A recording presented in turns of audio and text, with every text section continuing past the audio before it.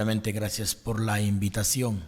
En verdad, el día de ayer cuando usted se expresaba, mientras yo me encontraba en mi casa de habitación, aplaudía porque decía sentido común, lógica o estudio profundo, pero todo lo que dice es correcto. Por supuesto, tal vez no dándole títulos a los conceptos desde la teoría, pero sí desde el sentido común, desde la visión Que es todo lo que humana. tenemos a veces. Exactamente, pero muy bien visto. Pero cuando comencé a ver que todo el mundo disparaba por un lado y otro y usted decía, sí, pero a ver, no entienden, no entienden, y digo en realidad que no entienden. Ahí me vi Obligado. casi obligado a ponerle un mensaje y decirle, tranquilo doctor, todo lo que usted dice está correcto y yo sé por qué le digo. O sea, no se viene a hablar de estos temas por hablar. Se ha estudiado profundamente dentro del margen del conocimiento y de la sana crítica también y de la historia, que es lo más importante, que nos enseña bastante estos temas que esperemos poderlos resumir, porque como usted se podrá dar cuenta, son temas extremadamente amplios en muchos campos. Yo no sé por dónde empezar, si empezar por la Por, parte... me gustaría que usted dirija este porque, tema. porque, Podemos porque hay un empezar de lo asunto. particular a lo general o de lo general a lo particular. Claro, no, doctor, hay un asunto. ¿Por qué no partimos de un hecho que es primario en esto? Yo le propongo, yo sé que usted tiene eh, otras temas por los que quisiera entrar, porque es amplio el campo penal, obviamente.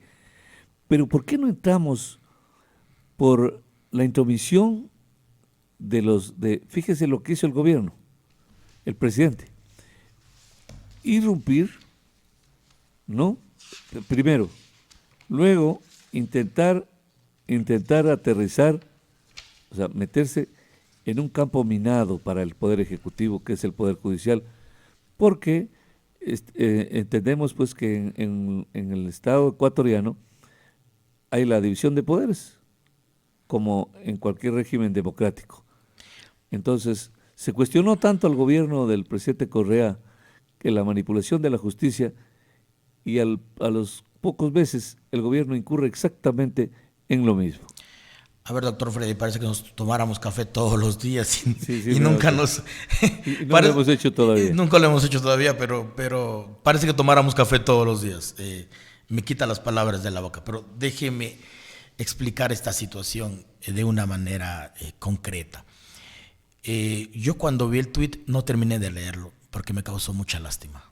Me causó mucha lástima. O sea, y luego las réplicas que vinieron de los periodistas seguidores y pagados por el Estado, las personas que de una u otra manera replican algo por hacerlo, me dio mucha lástima. Verá, yo respaldé al presidente de la República por dos situaciones en concreto. Primero, Yo también.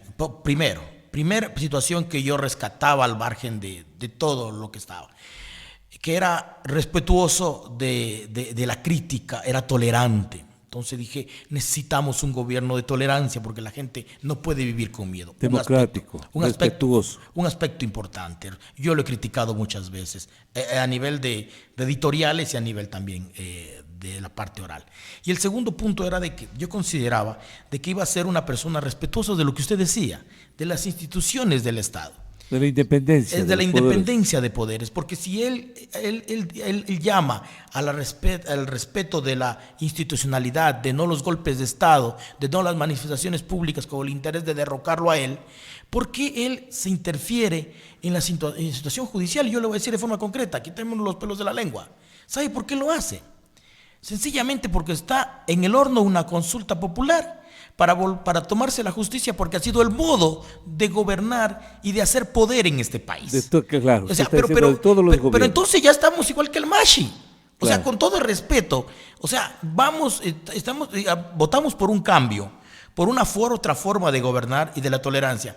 ¿Por qué cuando hubo la sentencia de la Corte Constitucional del matrimonio igualitario, él dijo, no va con mis valores, con mis principios, pero respeto esa sentencia?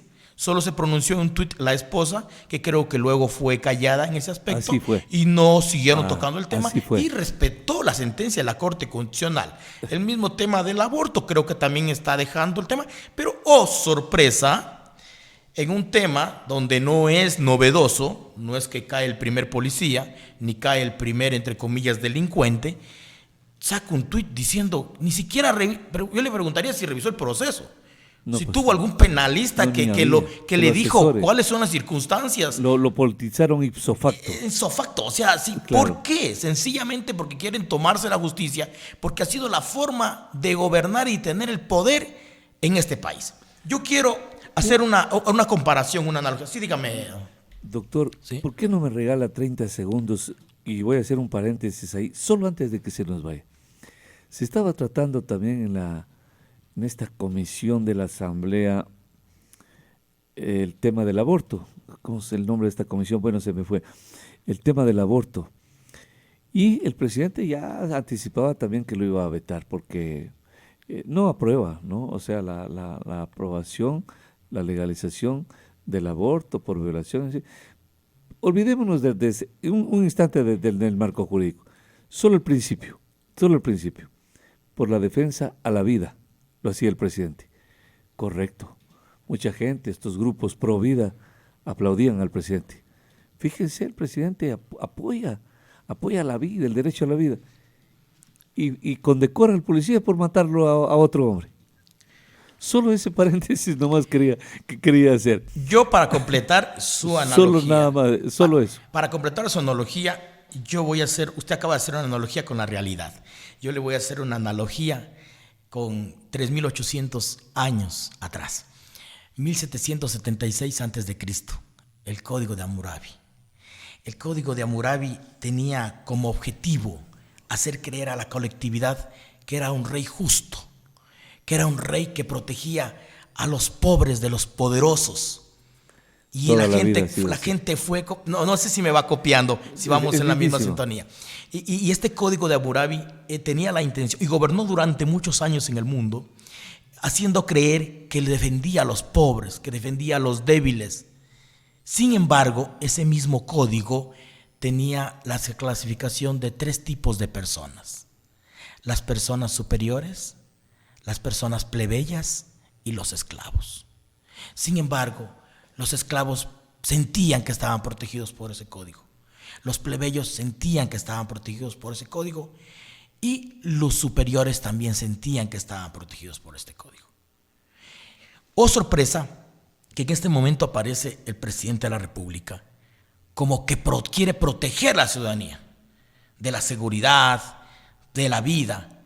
Y sin embargo, revisemos las reformas tributarias. Revisemos las últimas reformas laborales que se han tratado de implementar. Revisemos cómo está funcionando el sistema financiero, la banca en esta pandemia. Un punto que le hayan tocado a la banca. Solo uno, o la mitad de uno. En toda esta pandemia. Todos sacrifiquémonos. Todos debemos sacrificarnos. Sin embargo, menos ellos. 1914, 1918 llegó a tanto poder la banca que llegó a ser el máximo acreedor del Estado. Entonces no es un tema nuevo. Entonces, ¿cómo es que nos protege por un lado? Todo es Y politizado. por otro lado, nos exprime, nos aprieta. Ahora, el tema de ¿cuál es el tema?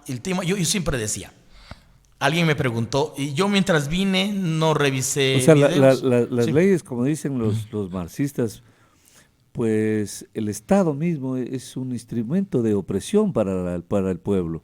El Estado mismo. Lo que usted mencionaba, el Código de Hammurabi, que era de un rey que gobernó en Babilonia. Sí, el Imperio Babilónico.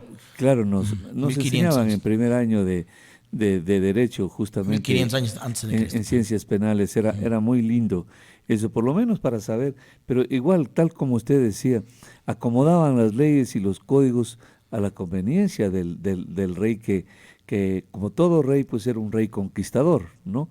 Entonces no era un hombre democrático o un demócrata, no, pues entonces imponían estas leyes y todo lo manipulaban, tal como usted dice. Imagínense la tremenda contradicción. El presidente Lasso defiende la vida desde la concepción, defiende la vida y aplaude y condecora a un policía porque lo mata a un ser humano hecho y derecho.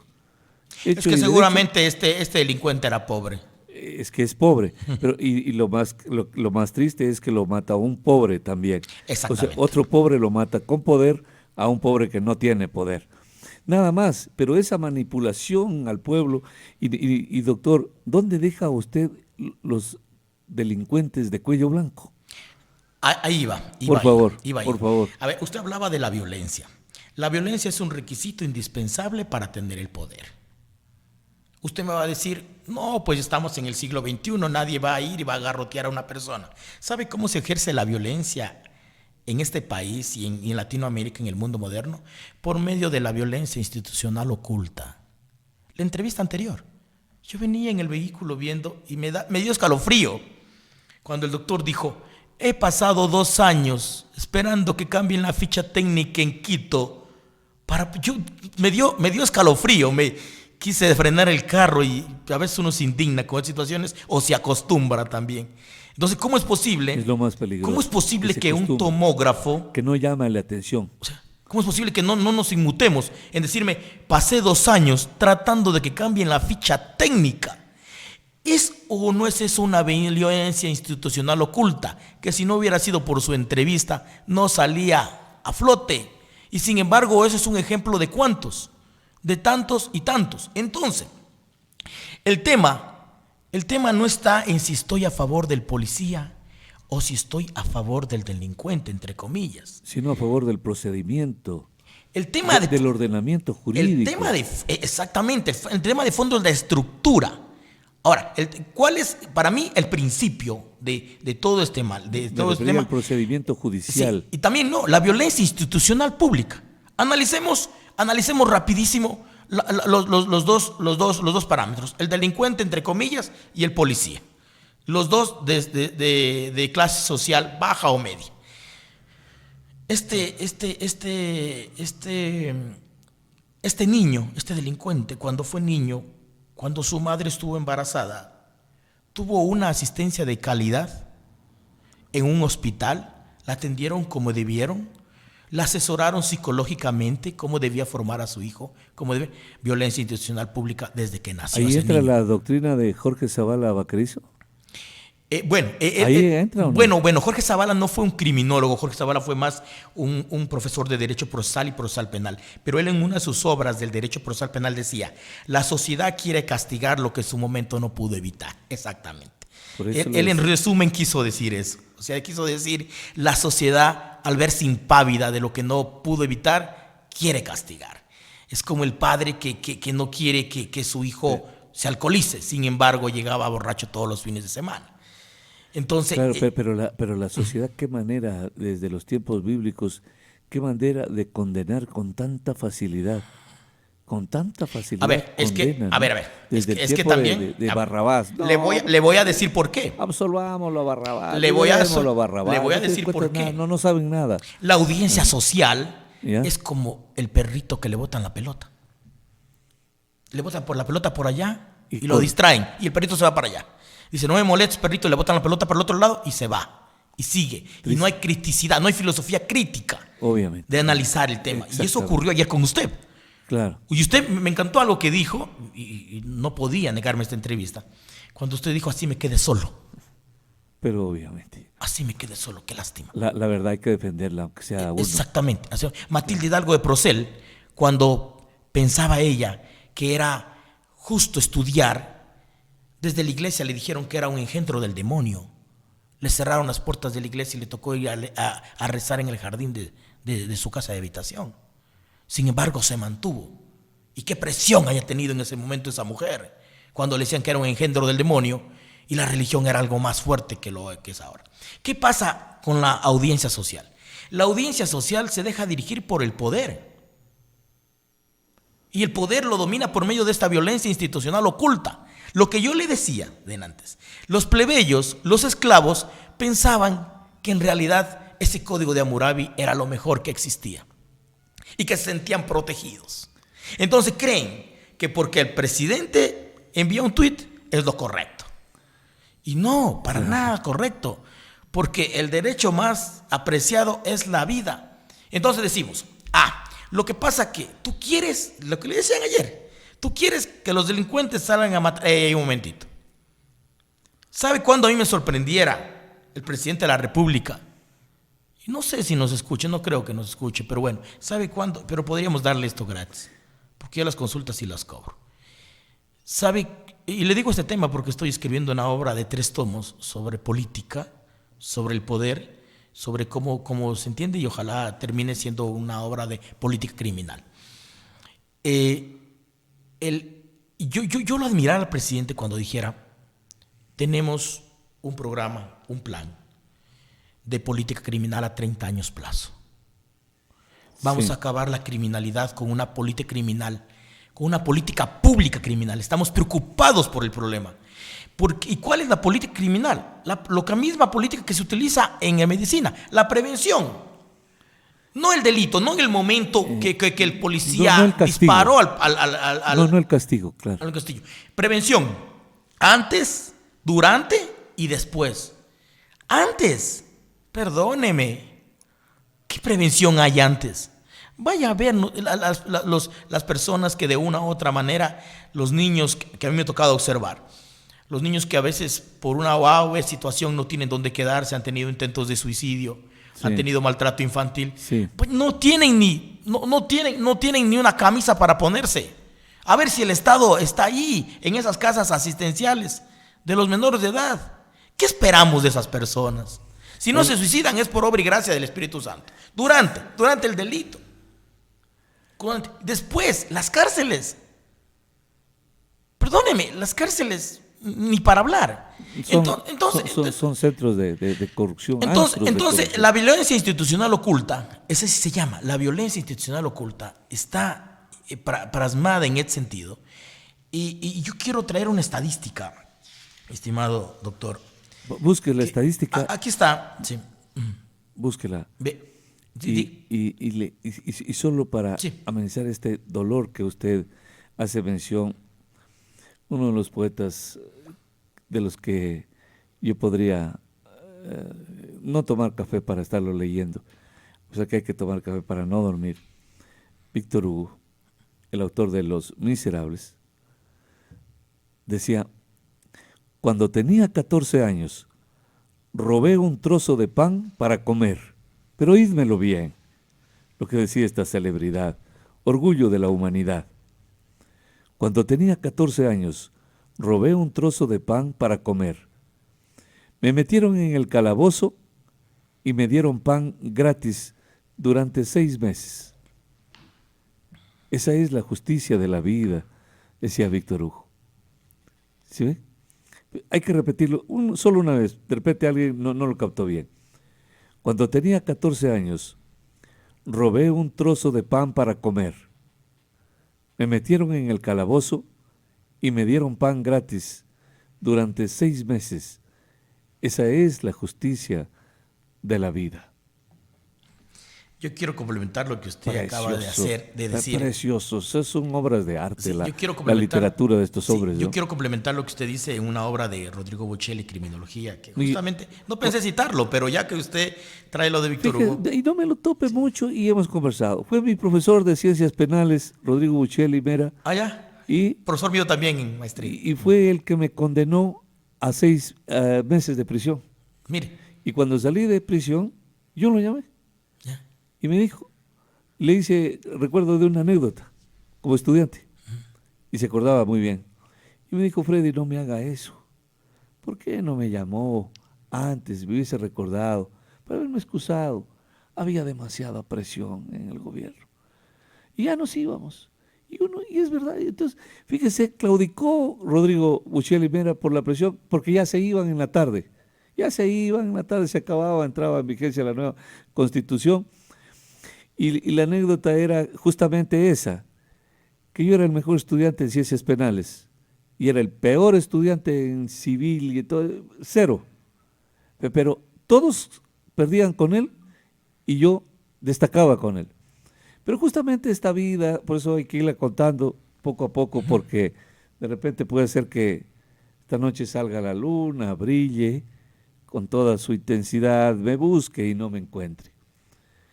Me alejé de este mundo del derecho, de las ciencias penales, justamente porque vi esta corruptela, vi cómo las sentencias se daban dependiendo de quién se trataba, de quién se trataba. O sea, exactamente igual con lo que pasa ahora.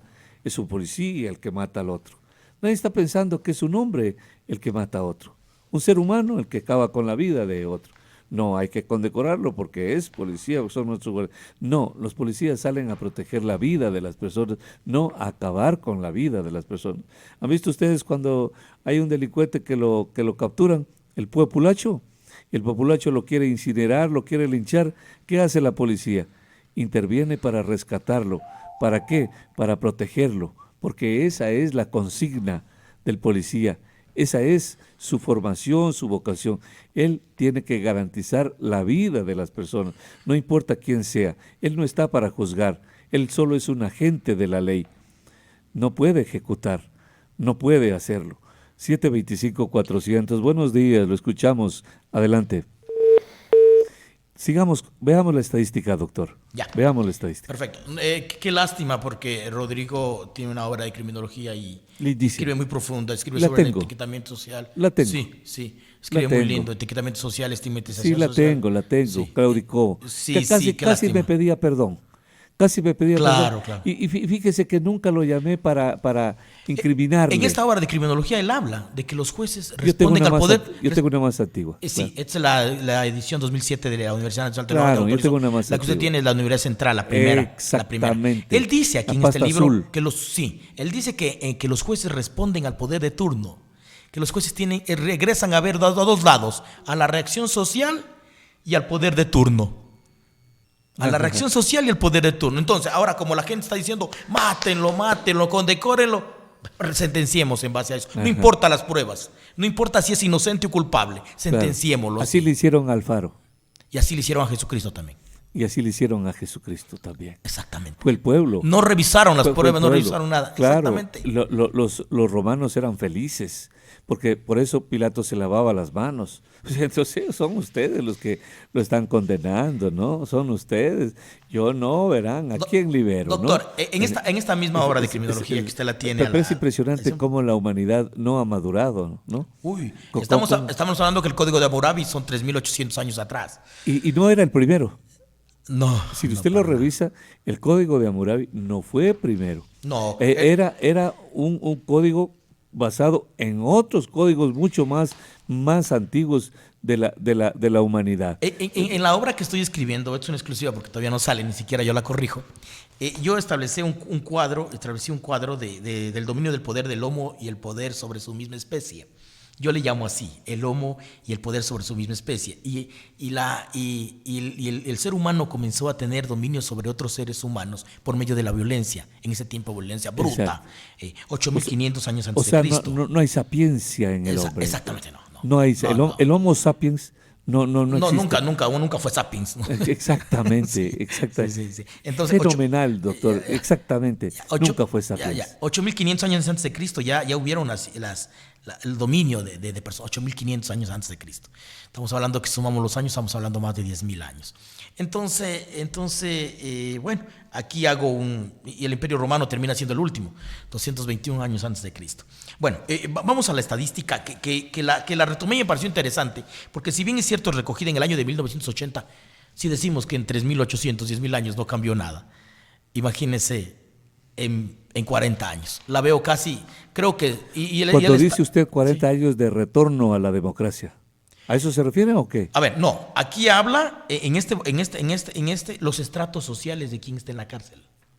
No, pues eso eso es facilísimo. Las estadísticas. Pero el poder lo oculta. A ver, No, pues yo quisiera que el poder en esta actualidad me diga las estadísticas de la cárcel. No la muestra, no la pone, la oculta. Violencia institucional oculta. No, eso no pongamos, porque debe la gente pensar que la ley es para todos, que la igualdad es para todos.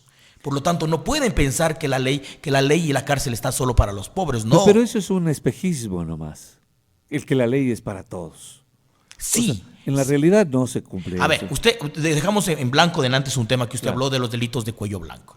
Y vea A usted. ver. La vea audiencia usted. social, esa misma audiencia con el mayor de los respetos, que ayer se rasgaban las vestiduras y decían, Freddy, mejor cierra la radio y no sigas hablando. Claro, O sea, claro. estás loco lo que estás diciendo, perdóname Claro. la expresión.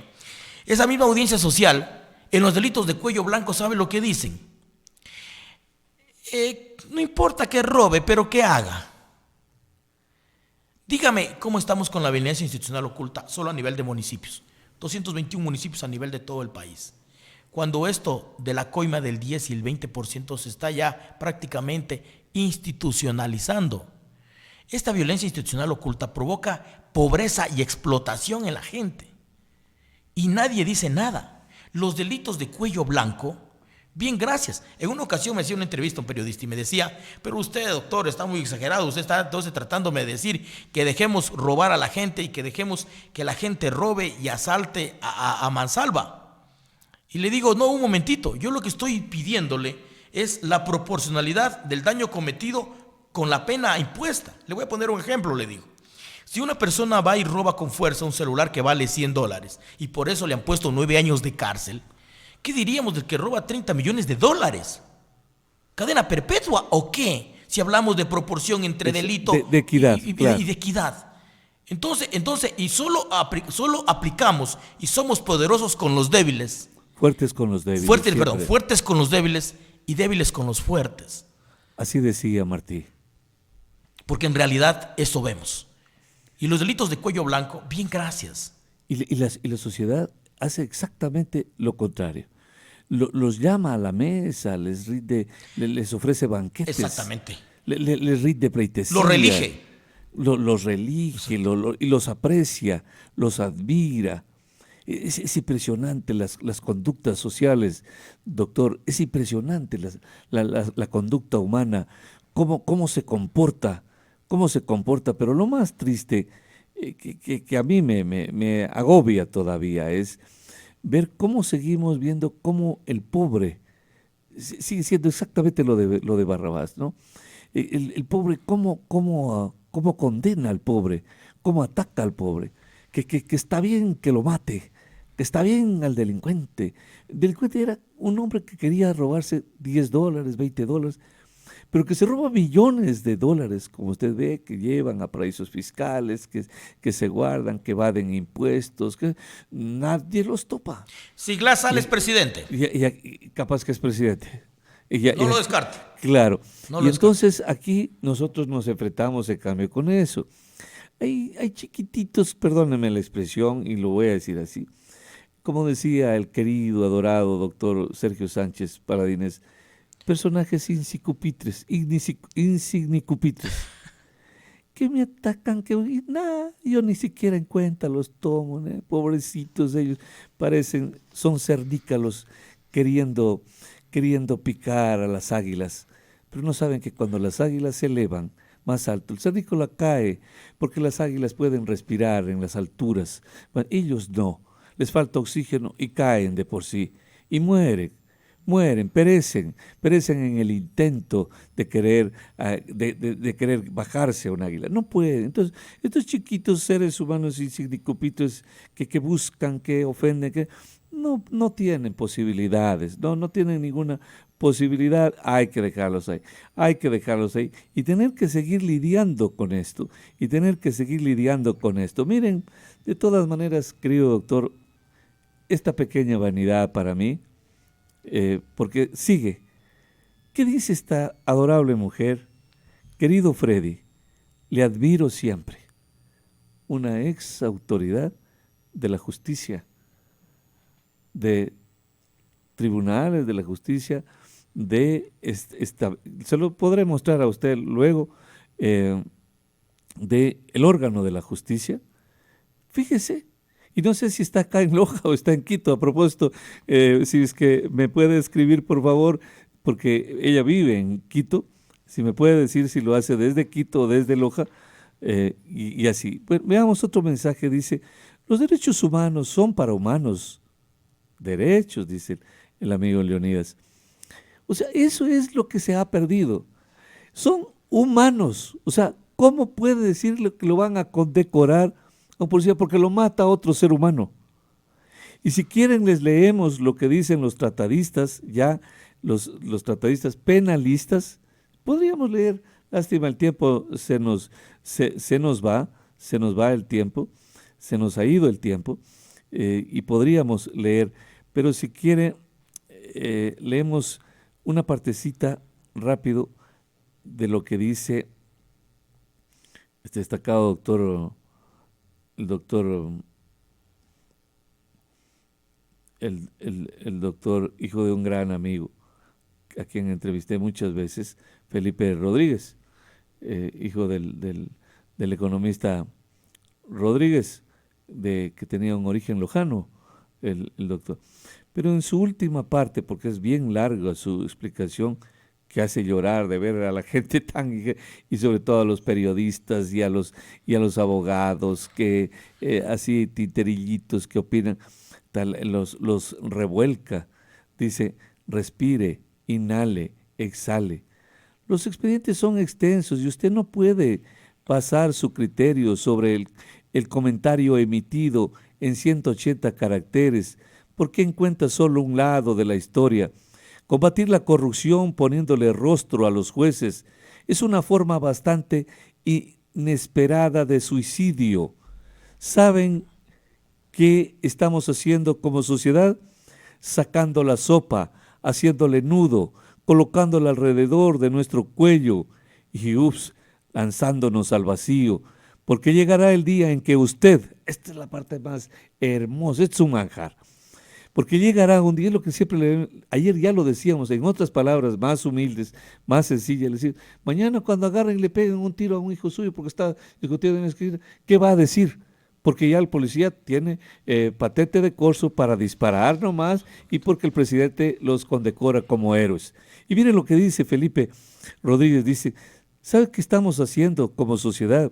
Sacando la sopa, haciéndole nudo, colocando alrededor de nuestro cuello y lanzándonos al vacío, porque llegará el día en que usted, lector, sí, usted, sea procesado y gracias a su ímpetu de hoy, mañana no imperarán las pruebas, sino el poder que usted tenga en redes. ¿Quieren una mejor justicia? Entonces dejen de aspirar al retorno del anfiteatro Flavio, donde las muchedumbres alcoholizadas eran las que, elevando su voz, dirigían el dedo pulgar del emperador. Dice este hombre que es un gran estudioso, ¿no? Es un gran estudioso. Pero otro personaje decía, mejor explicado para entender el caso del policía Olmedo, tomado del doctor Rodrigo Durango. Decía, he leído el acta de audiencia del caso del policía Santiago O, sentenciado por extralimitación en sus funciones. El caso ha generado conmoción nuevamente desde los filosos dientes de la criminología mediática y el populismo penal. Fíjese usted, doctor, el populismo penal, que han llevado incluso al presidente de la República y a la ministra de Gobierno a emitir comentarios que pueden tomarse muy peligrosos para la efectiva vigencia de los derechos fundamentales de nuestro país. Fíjese esta belleza, pero lo dijeron ellos durante el día, en la tarde. Nosotros lo comentábamos humildemente aquí en la madrugada. No habíamos leído. Arriesgándonos. No habíamos leído lo que habían dicho estas celebridades, ¿no? De las ciencias penales. No los habíamos leído, porque eso lo dijeron luego. Doctor Freddy, lo que acaba de cometer el presidente es un error de aquí a la luna. Pero yo no sé quién le asesoró, sinceramente. Pero capaz que no es de error, sino que es parte de los algoritmos políticos, metido la mano como decía el oficial de policía, la mano de la comandante general, de que le lavan el cerebro a la ministra, y luego que quieren también cooptar la justicia a través de la próxima consulta popular. Entonces coincide con lo que empecé yo. Pero son dueños, son dueños. Entonces es un tema muy, muy, muy delicado. Pero interesante también lo que hace la justicia del Chimborazo, lo que ha hecho la justicia del Chimborazo en su comunicado del doctor Osvaldo Ruiz Falconi. Él dice, ante las opiniones expresadas en medios de comunicación y redes sociales sin sustento ni fundamento legal respecto al fallo dictado por el Tribunal de Garantías Penales de Chimborazo, me permito señalar lo siguiente, dice, la función judicial es el lugar donde se defiende la dignidad humana. No hay por dónde perderse, son principios, ¿no? No importa que a nosotros no nos hayan respetado eso, y particularmente a mí. No importa que hubo un juez verdugo, un juez inicuo, que no respetó, no importa, pero estamos hablando de los principios, ¿verdad? Para eso existen estas instituciones. La función judicial es el lugar donde se defiende la dignidad humana, los derechos del hombre, las libertades públicas, la verdad, la justicia, el honor, el respeto a la patria y a la humanidad. No es dable, sin revisar las decisiones escritas de los jueces, sin ningún conocimiento de las causas, denigrar su buen nombre. El honor es respeto a lo que nuestra reputación representa. No ataquemos con el arma más baja que existe, el desprestigio personal, pues así como el honor es difícil de alcanzar, es también imposible de recuperar, dice el doctor Osvaldo Ruiz Falconi, presidente de la Corte Provincial de Justicia, en este caso del Chimborazo. ¿Sabe que recibí una noticia interesante? Me lo dijo mi esposa, no revisé. Me dijo, Marlon, ¿te enteraste de que los jueces se mantienen en su fallo y se han mantenido de que ellos han sentenciado en base a las pruebas pertinentes? Le digo, qué bien, qué bueno, porque también se la están jugando a que los voten. Pero qué bueno que digan, miren, mi conciencia está tranquila. Aquí están las pruebas, aquí está la norma penal, y yo juzgué en base a eso. Si creen que actuamos mal, está la sala de segunda instancia para que lo analice en este aspecto. Al margen, mal o bien, pero tenemos un orden constituido, judicial, legislativo, que sabemos que tiene errores, pero que no puede darse y repetirnos lo que tanto condenamos con la administración anterior, la interferencia en la justicia. Porque una cosa es que el Estado diga, señores, yo voy a hacer una política criminal para acabar con la criminalidad, y otra muy distinta, hacernos creer, perdóneme, no somos tan ingenuos de que tomando las justicias, que tomando los jueces para que respondan al poder, la criminalidad se va a acabar. Eso sería algo, perdóneme, iluso. Pueden pensar que somos ilusos, pero no crea, en Finlandia, qué raro, donde existen las mejores cárceles del mundo, existe la mejor educación del mundo. Bueno, están desapareciendo en Finlandia, Holanda, o sea, en los Países Bajos, en Holanda, nosotros decimos Holanda y Finlandia, me parece que ya no saben qué hacer con las cárceles, quedaron prácticamente como Isla Robben, en donde estuvo Nelson Mandela, ¿no? Que más bien ahora es un destino turístico. Exacto. Es un destino turístico de historia, de mucha historia. Y así funciona la humanidad. Se ha cometido crímenes de lesa humanidad. Por ejemplo, con la cárcel de Mandela, con la cárcel de Gandhi, con la cárcel de Jesús. La humanidad ha cometido esos crímenes de lesa humanidad.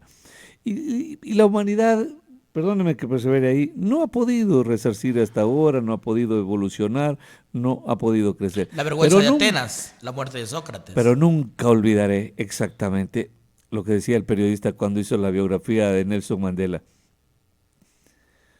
Todo lo superfluo que había en él, ahí se consumió. Se había consumido las cosas malas con las que entra un ser humano a la cárcel, porque era un hombre extraordinariamente bueno, que luchaba por una causa justa. Se consumió, se acabó ahí. No va más.